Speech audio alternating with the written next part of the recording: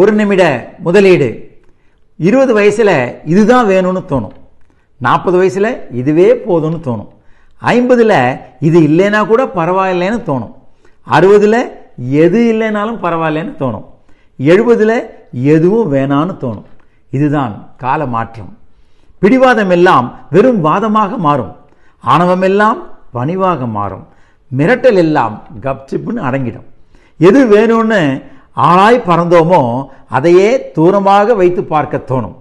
எதற்காக ஓடினோம், ஆசைப்பட்டோம் என்ற காரணங்கள் எல்லாம் காலப்போக்கில் மறந்து போகும், மறத்து போகும்.